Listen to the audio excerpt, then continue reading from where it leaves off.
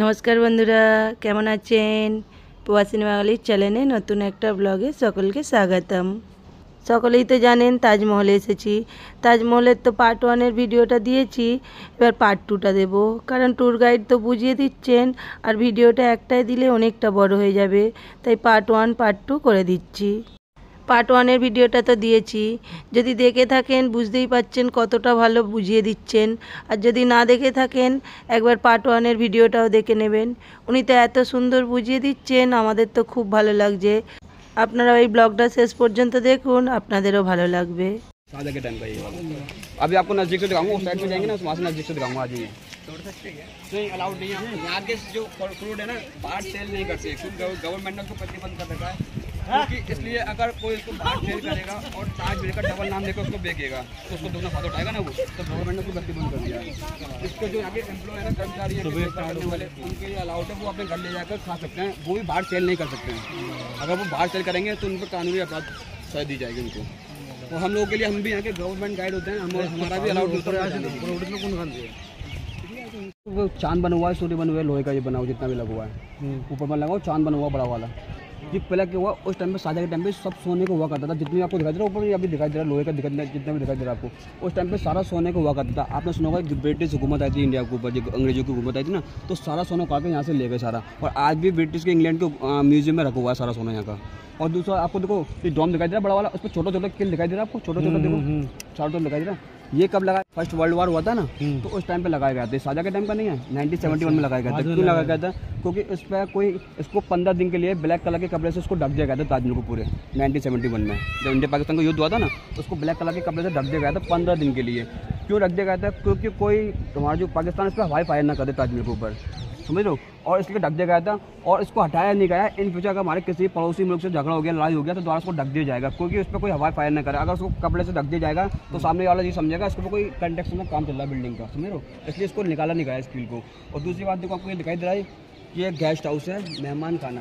ये शाहजहां अपने शाहजहां के जो मेहमान आते थे ना, तो उनके रोकने के लिए, बैठने के लिए, स्थान उनका आराम करने के लिए यहाँ पर उनको रोका जाता था। इधर में लेडीज़ का हुआ करता था, इधर में जेंट्स का हुआ करता था। तो शाहजहां बीच में बैठा करते थे। शाहजहां का बीच में तखत होता है ना, बैठने वाला होता है, तो वहाँ पर पहले लगा करता था। वो क्या हुआ ना कि आगरा के लोगों ने तोड़ दिया उसको, वीडियो बनाते हैं, डांसिंग करते हैं, तो वो टूट गया, उसको उठा के अब गवर्नमेंट ने उसको बंद कर दिया। पहले अंदर जाना अलाउड था, उसके अंदर, तो गवर्नमेंट ने उसको बंद कर दिया, क्योंकि उसको नुकसान ना पहुँचा उसको बिल्डिंग को। तो पहले इसके अंदर कोई भी डोर वगैरह नहीं हुआ करते थे। इसके अंदर पहले पंख होते हैं, पर्दे लगे, उसमें पर्दे लगे होते थे, ऊपर आपको दिखाई दे रहे हैं ब्लैक कलर के, उसको पूरा पर्दे लगे होते थे। लेडीज़ के अंदर में हुआ करता था, जेंट्स में था। और शाहजहां की जो मीटिंग वगैरह होती थी ना, सामने बैठ के हुआ करती थी। शाहजहां अपने ब्रेकफास्ट, नाश्ता, लंच वगैरह सामने से ही करते थे। और जो सबसे सामने में बैठकर ताजमहल की सबसे ज़्यादा खूबसूरती आती है, वहाँ से बैठकर आया करती थी। देखो आप वहाँ से देखो, ताजमहल को पूरा क्लियर दिखाई देगा, खूबसूरती आपको दिखाई देगी। तो शाहजहां बिल्कुल बैठना वहाँ पसंद करते थे। उनके जो सिपाही थे, उनको जो गेस्ट थे, तो सामने बैठ के उनकी सुनवाई करते थे, यानी अपनी उनको कोई शिकायत है, कोई बात है, तो सारी इनकी सुनवाई वहाँ पर हुआ करती थी। और दूसरी चीज़ आपको एक चीज़ दिखा दूँ, आ जाओ इधर में, कितना डिज़ाइन है, कितना फूल है, 1 2 3 बना हुआ, सिर्फ 5 डिज़ाइन बना हुआ, 5 फूल बना हुआ इसके अंदर। उस जमाने की टेक्नोलॉजी इतनी फास्ट है, देखिए सिंगल पीस के अंदर है, पूरा पत्थर सिंगल पीस के अंदर टाइम का। और ये डिज़ाइन बना गया है ना, छेनी हथौड़ा होता है ना, उससे बनाया गया पूरा उस टाइम का, 400 साल पहले की कारीगरी है। और आज के टाइम पे इतनी फास्ट टेक्नोलॉजी हो गई है, वो भी इतना फास्ट, इतना सिंगल पीस के अंदर पत्थर नहीं निकल पाएगी। ये आप भी जानते हो, इतने फास्ट सिंगल पीस के अंदर बना हुआ, कोई जोड़ नहीं है पत्थर के अंदर। ये पूरा पत्थर के अंदर डिज़ाइन निकाला गया है सिंगल पीस के अंदर, कोई जोड़ नहीं। उस टाइम की टेक्नोलॉजी है। आज इतना फास्ट टेक्नोलॉजी होने के बाद भी सिंगल पीस में कोई निकाल नहीं पाएगा, ये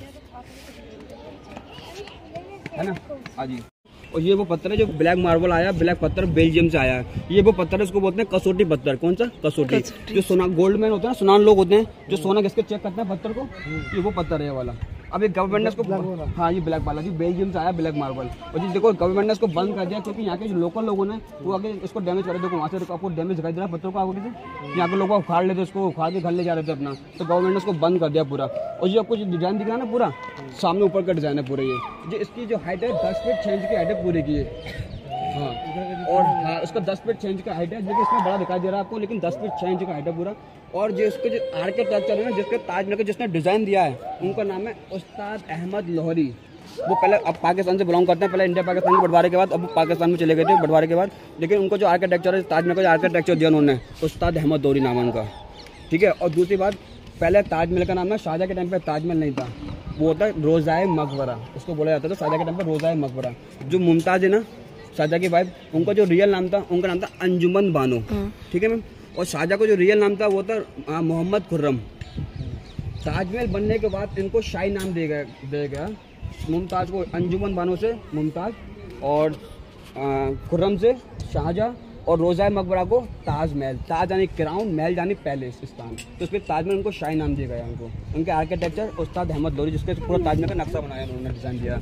वो नक्शा बनाने के बाद उनकी डेथ हो गई, वो देख नहीं पाए। और दूसरा आप देखो ये ब्लैक पत्थर है ना, शाहजहां ने अपने वाइफ के लिए व्हाइट ताजमहल बनवाया था, शाहजहां अपने लिए ब्लैक ताजमहल बनवा रहे थे। वो कहाँ पर, वो आपको दिखाऊंगा वहाँ पर। और देखो ये इसी मार्बल से बना हुआ ब्लैक पत्थर, ये कहाँ से आया, बेल्जियम से वाला पत्थर। आपको दिखाता हूँ कहाँ पर ब्लैक ताजमहल बनवा रहे थे। आ जाइए। यहाँ पे जलाने वाली चिता को तो वो कर दिया। पहले क्या होती थी, पहले जो चिता जलती थी ना, लकड़ी से जलती थी, तो उसका सारा धुआं उस पर आकर लगता था। तो गवर्नमेंट ने मशीन लाकर उसको कर दिया है। तो अभी इसका लॉकडाउन के अंदर सफाई हुआ इसके अंदर। देखो आपको ये दिखाई दे रहा है, ये मंदिर है, प्राचीन महादेश्वर मंदिर बोलते हैं, तो दशहरा घाट भी बोलते हैं। यहाँ पर सबसे बड़ा मेला लगता है दशहरा घाट का। सबसे बड़ी पूजा आरती होती है ना, जो यमुना नदी, ये गंगा रिवर है, इसको बोलते हैं यमुना रिवर। इसकी सबसे बड़ी पूजा यहाँ पर होती है, इसको दशहरा घाट बोलते हैं। हाँ, यमुना नदी है। ये पूरा दिल्ली से आ रही है, पूरा दिल्ली से चल के आ रही है पूरी। इधर आ जाइए। अच्छा, যমুনা নদী আমরা যেখানে এ করে এলাম ওই यमुना होगा, गंगा, यमुना, सरस्वती, तीनों जाके कानपुर में आके मिलती हैं। वो ये वाली यमुना रिवर है। अच्छा, ठीक है ना। और देखो आपको सामने दिखाई दे रहा है, आपको रेड कलर की बाउंड्री दिखाई दे रही है सामने वाली है। आपको देखो लोग दिखाई दे रहे होंगे। ये टूरिस्ट पैलेस है, उसको बोलते हैं मेहताब बाग। ताजमहल की सबसे ज्यादा जो खूबसूरती आती है देखने के लिए, वो आपको सामने से दिखाई देगी मेहताब बाग से। क्यों? अच्छा, आपको ये बता दो कि ताजमहल का मेन फ्रंट कहाँ से होगा। मेन फ्रंट है जो उसका, मेन, इस बिल्डिंग का मेन फ्रंट कहाँ से होगा। आपको लगा हमने सामने से एंट्री करी है, वहाँ से आपको मेन फ्रंट ये होगा, बट ये नहीं है। ताजमहल को जो मेन फ्रंट है ना, यमुना रिवर से, यहाँ से। क्यों? इसका रीज़न ये है, शाहजहां ने मुमताज़ के लिए व्हाइट ताजमहल बनवाया, अपने लिए ब्लैक ताजमहल बनवाया। सामने आपको लोग दिखाई दे रहे हैं वहाँ पर, ये रेड कलर की बाउंड्री दिखाई दे रही है। ये ब्लैक कलर के ताजमहल की ब्लैक कलर के ताजमहल की फाउंडेशन बना हुआ है। नीम होती है, बुनियाद, नीम रखी जाती है तब घर बनाने के लिए, तो उसकी बुनियाद रखी गई थी, ये रेड वाली बाउंड्री। तो औरंगजेब ने उसको बनने नहीं दिया। क्यों बनने नहीं दिया? औरंगजेब ने शाहजहां से बोला कि फादर, बाप जी, मेरे बाप जी क्या बोलते थे, फादर, अपने बाप से बोला कि आप अगर ब्लैक ताजमहल बनवाओगे, और जो ब्लैक ताजमहल बनता है, जो ब्लैक मार्बल कहाँ से आता, बेल्जियम से। और इसमें 4 करोड़ 35 लाख का खर्चा आया। जो मार्बल जी कहाँ से आई है, राजस्थान मकान सब इंडिया से ही है। उसका जो वहाँ से आता डबल खर्चा आता उसका, उसको 10 गुना ज़्यादा लागत लगती। तो औरंगजेब ने अपने बाप से बोला कि आप अपने लिए आप ब्लैक ताजमहल बनवा रहे हो, आप यहाँ बनवाओगे, तुम्हारे पास जो बची कुछ कुंजी है, पैसा है, आप इसमें लगा दोगे, तुम्हारी आगे की पीढ़ी, आगे का जनरेशन कैसे चलेगी। तुम अपना सारा पैसा इसमें लगा दोगे तो कैसे हमारी आगे पीढ़ी, आगे की जनरेशन कैसे चलेगी, समझ रहे ना आप। तो औरंगजेब ने उसको बनने नहीं दिया, लेकिन शाहजहां नहीं माने, उसका फाउंडेशन बना दिया, इसकी नींव रखवा दी गई, इसका काम स्टार्ट करवा दिया। औरंगजेब को पता चला, उस वक्त हुकूमत औरंगजेब के पास आ गई थी। तो औरंगजेब ने अपने बाप को, देखो आपको सामने दिखाई देगा, रेड फोर्ट दिखाई दे रहा है आपको सामने से, देखो आगरा का लाल किला, देखो सामने दिखाई दे रहा है आपको सामने, ये आगरा का लाल किला है। तो औरंगजेब ने अपने बाप को वहाँ पर बंद कर दिया, रूम के अंदर, कमरे के अंदर, इसको बोलते हैं नजरबंद। उनका खाना पीना, रहना, इबादत करना, सब कुछ उसी में था। और बाहर सैनिक तैनात कर दिए गए थे उनके लिए। उनसे बोल दिया गया सैनिक से कि अगर मेरे फादर यहाँ से चले गए तो आप लोगों को सजा मौत मिलेगी, इनका आपको निगरानी करनी पड़ेगी। तो कमरे के अंदर बंद कर दिया। तो औरंगजेब ने कमरे बंद करता, शाहजहां ने उनसे एक ही बात बोली थी कि मुझे ऐसी जगह बंद करना जहाँ से मैं ताजमहल का दीदार डेली कर सकूँ, क्योंकि उनको ताजमहल को देखकर उनकी मुमताज़ की याद आया करती थी। तो औरंगजेब ने, आप अब रेड फोर्ट जाओगे ना, आपको देखने को मिला, वहाँ पर रूम बना हुआ है शाहजहां का, उसी रूम में था उनका। तो हाँ, तो शाहजहां के 10 साल रहने के बाद के हाथ नहीं लगाएंगे। क्यों? उनका रीजन ये था कि उनकी जो बची कुछ लाइफ थी ना, वो खुलकर जीना चाहते थे। उनकी जो बुढ़ापे की जिंदगी थी, और शाहजहां की डेथ हुई थी ना, 72 साल की उम्र में डेथ हुई थी उनकी, वो अपने बुढ़ापे की जिंदगी अच्छे। उसके बाद क्या हुआ, शाहजहां ने अपनी बेटी को बुलाया, बेटियों से बोला कि मेरे मरने के बाद मेरे डेड बॉडी को अपनी माँ के बगल में दफन करना, यहाँ पर मुमताज़ ने। और उनसे बोला मेरे लड़के मेरी बॉडी से हाथ नहीं लगाएंगे। तो जब वो मरे थे ना शाहजहां, तो उनकी डेड बॉडी को लाया गया था, उनकी माँ को, उनकी बेटियों ने, दोनों बेटियों ने लेके आए थे, और ताजमहल के अपनी माँ के बगल में मुमताज़ को उन्होंने दफन कर दिया। और उस टाइम पर ताजमहल की जाने के लिए अंडरग्राउंड रास्ता बना हुआ, देखो यहाँ से आप दिखाऊंगा, ये अंडरग्राउंड बना हुआ, जमुना के जाएगा। हाँ, ये रास्ता दिखाई दे रहा है आपको, ये नीचे वाला, देखो बैठ में, ये अंडरग्राउंड रास्ता बना हुआ रेड फोर्ट जाने के लिए। यहाँ से 2 रास्ते बने गए हैं, खुफिया रास्ते हैं। यहाँ से उनके गेस्ट आया करते थे शाहजहां के, और शाहजहां वगैरह, शाहजहां के बेटे वगैरह, तो आप रेड फोर्ट पे देखो, के हाथ नहीं लगाएंगे। क्यों? उनका रीजन ये था कि उनकी जो बची कुछ लाइफ थी ना, वो खुलकर जीना चाहते थे। उनकी जो बुढ़ापे की जिंदगी थी, और शाहजहां की डेथ हुई थी ना, 72 साल की उम्र में डेथ हुई थी उनकी, वो अपने बुढ़ापे की जिंदगी अच्छे। उसके बाद क्या हुआ, शाहजहां ने अपनी बेटी को बुलाया, बेटियों से बोला कि मेरे मरने के बाद मेरे डेड बॉडी को अपनी माँ के बगल में दफन करना, यहाँ पर मुमताज़ ने। और उनसे बोला मेरे लड़के मेरी बॉडी से हाथ नहीं लगाएंगे। तो जब वो मरे थे ना शाहजहाँ, तो उनकी डेड बॉडी को लाया गया था, उनकी माँ को उनकी बेटियों ने, दोनों बेटियों ने लेके आए थे और ताजमहल के अपनी माँ के बगल में मुमताज़ के उन्होंने दफन कर दिया। और उस टाइम पर ताजमहल के जाने के लिए अंडरग्राउंड रास्ता बना हुआ, देखो यहाँ से आप दिखाऊंगा, ये अंडरग्राउंड बना हुआ जमुना से नीचे जाएगा। हाँ, ये रास्ता दिखाई दे रहा है आपको, ये नीचे वाला देखो बैक में, ये अंडरग्राउंड रास्ता बना हुआ रेड फोर्ट जाने के लिए। यहाँ से 2 रास्ते बने गए हैं, खुफिया रास्ते हैं। यहाँ से उनके गेस्ट आया करते थे शाहजहाँ के, और शाहजहाँ वगैरह, शाहजहाँ के बेटे वगैरह। तो आप रेड फोर्ट देखो खबर है, बट ऐसा गलत है। ये और ये रास्ता गया रेड फोर्ट जाने के लिए अंडरग्राउंड, ये यमुना रिवर के नीचे बना हुआ रास्ता ये उस टाइम पर। ये अभी गवर्नमेंट ने रास्ता बंद कर दिया है, क्यों? क्योंकि कच्चा रास्ता है, इसमें सांप बिच्छू वगैरह होंगे, इसमें तो मट्टी का रास्ता टूट गया होगा, तो इसलिए गवर्नमेंट ने उसको लॉक कर दिया, सील लगा दिया, कोई जाएगा नहीं इसके अंदर। ठीक है, आ जाओ। और देखो दूसरा पर शाहजहाँ के टाइम की जेल हुआ करती थी, क्या जेल, वहाँ पर जेल में सिर्फ कैदी लोग होते थे ना, शाहजहाँ उनसे काम करवाया करते थे। क्या आपने सुना होगा, आगरा का जो मुगल फूड स्टेट है, क्या है फूड मुगल स्टेट, पेटा, जो शाहजहाँ के जमाने से चला आ रहा है। शाहजहाँ के जो गेस्ट वगैरह आया करते थे ना, उनको मिठाई के तौर पर उनको गिफ्ट दिया करते थे पेटा। तो आज भी पेटा वहाँ बनता है, कैदी लोग आज भी वहाँ पर जेल है, वहाँ से ओरिजिनल पेटा हम लोगों ने जिस गेट से एंट्री करी ना, वहाँ पर आपको सिर्फ 2 ही शॉप ओरिजिनल मिलेगी देखने के लिए।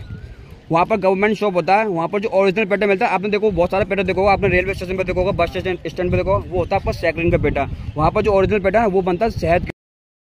কেমন লাগছে ট্যুর গাইডের মুখ থেকে তাজমহলের যেসব ইতিহাস আছে সেসব শুনতে? আমাদের তো সবারই খুব ভালো লাগছে, ঘুরে ঘুরে দেখছি, আর তাজমহলের বারে যেসব ইতিহাস আছে সেসব আমাদেরকে ট্যুর গাইড বুঝিয়ে দিচ্ছেন। আর আপনাদের কেমন লাগছে সেটা কমেন্ট করে জানাবেন। এখনও তো পুরো তাজমহলটা ঘোরা হয়নি, আমি তো এই ব্লগটা এখান পর্যন্তই শেষ করছি। পরের ব্লগে দেখিয়ে দেবো আর কি বললেন, আর কি শুনলাম, কি দেখলাম। সকলে ভালো থাকবেন, সুস্থ থাকবেন, সাবধানে থাকবেন। আর আজকের ব্লগটা যদি আমার ভালো লাগে লাইক কমেন্ট শেয়ার করে দেবেন, আর নতুন বন্ধু হলে একটা সাবস্ক্রাইব করে দেবেন।